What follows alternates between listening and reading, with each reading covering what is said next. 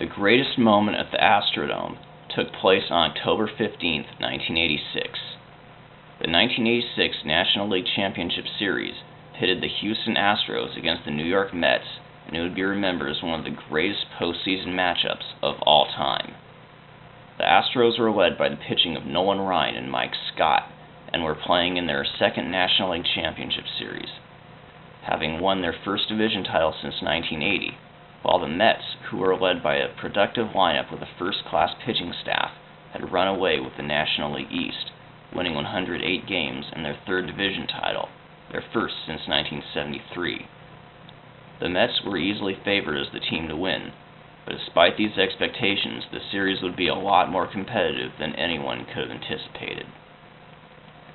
Game 1 would be an epic matchup between reigning Cy Young winner Dwight Gooden for the Mets against series MVP Mike Scott, both who had come into their own as two of the most dominating pitchers in baseball. The game lived up to the hype and would be one of the greatest pitching duels in playoff history. Gooden gave the Mets 7 strong innings, while Scott would go the distance, striking out 14, but the Astros emerged as the winner when Glenn Davis hit a home run the second inning for the game's only run. After the Mets won the second game, the series shifted to New York. In Game 3, the Astros headed into the bottom of the ninth with a 5-4 lead, and with one out and a runner on, Lenny Dykstra came up to the plate and would lift a fly ball over the right field fence for a game-winning home run to give the Mets a 2-1 lead. But in Game 4, the Astros evened up the series on another masterful performance by Mike Scott. Game 5 would be another epic pitchers' duel, as Nolan Ryan and Dwight Gooden would face off for 9 innings, with both pitchers giving up just 1 run. The game would go extras, and neither starter would be on the mound after the 10th, but in the bottom of the 12th, Gary Carter came to the plate with 2 runners on and grounded a single to center to drive in the winning run, giving the Mets a 3-2 lead and putting them within 1 win of the National League pennant. The series shifted back to Houston, and after all the drama that had taken place in the first 5 games, nothing could have prepared anyone for what would happen in Game 6. Starting for the Mets was Bobby Ojeda against Bob Knepper for Houston. After Knepper threw a scoreless frame in the top of the first, Ojeda would get into trouble in the bottom half. The Astros would bring 7 hitters to the plate and score 3 runs, and although Ojeda would get out of the first and settle down, the runs were enough for Knepper, who would shut down the Mets' offense for the next 7 innings.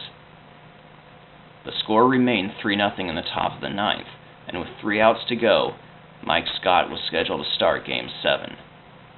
However, even though Knepper was able to keep the Mets' bats in check for the first 8 innings, they would get to him in the 9th. Lenny Dykstra led off with a triple, and Mookie Wilson singled to make it a 3-1 game. 1 out later, Keith Hernandez lined a double to center to score Wilson to make the score 3-2 and chase Knepper. Closer Dave Smith would come in and walk the first 2 hitters to load the bases for Ray Knight, who hit a fly ball to center that was deep enough to score the tying run. What looked to be a certain Game 7 was now in jeopardy, as the Mets now had the go-ahead run scoring position. But Smith would get out of the inning without giving up another run, and then in the bottom half, the Astros would be held scoreless to send the game to extra frames. Both bullpens would throw zeros for 4 innings. Then, in the top of the 14th, the Mets mounted a threat. Aurelio Lopez would come in to pitch for Houston and allowed the first 2 hitters to reach base. 1 out later, Wally Backman came to the plate and hit a single to right to give New York a 4-3 lead. Lopez would only give up the 1 run, but the Mets were now 3 outs away from the pennant. Jesse Orosco then came in the bottom half to close the door. With 1 out, Billy Hatcher came to the plate and hit a hard line drive that quickly left the park but went foul. Then, in a play reminiscent of Carlton Fisk, Hatcher would launch a fly ball down the left field line. The crowd got to its feet, and Hatcher jogged backward towards first, watching the ball and hoping it would stay fair. The ball would eventually hit the foul screen for a home run, and the crowd of 45,718 would go crazy as the Astros had new life. Orozco would retire the next two hitters to get out of the inning, and the game would go to the 15th.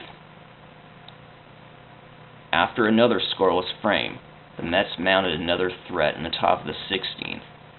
Darryl Strawberry led off with a double, and Ray Knight, whose sac fly tied the game in the 9th, came to the plate again and lined a single to right to give New York a 5-4 lead.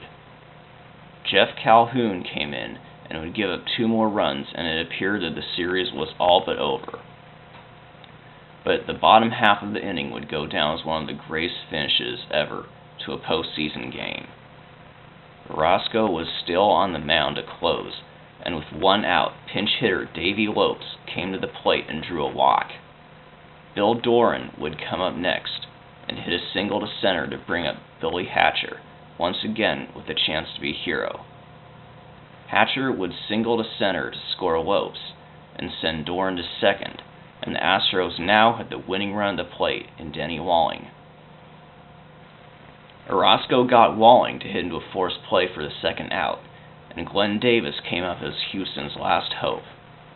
With the Mets dugout ready to storm the field, Davis would hit a single to center to score Doran to make the score 7-6 and put the tying run in scoring position with a winning run at first base for Kevin Bass.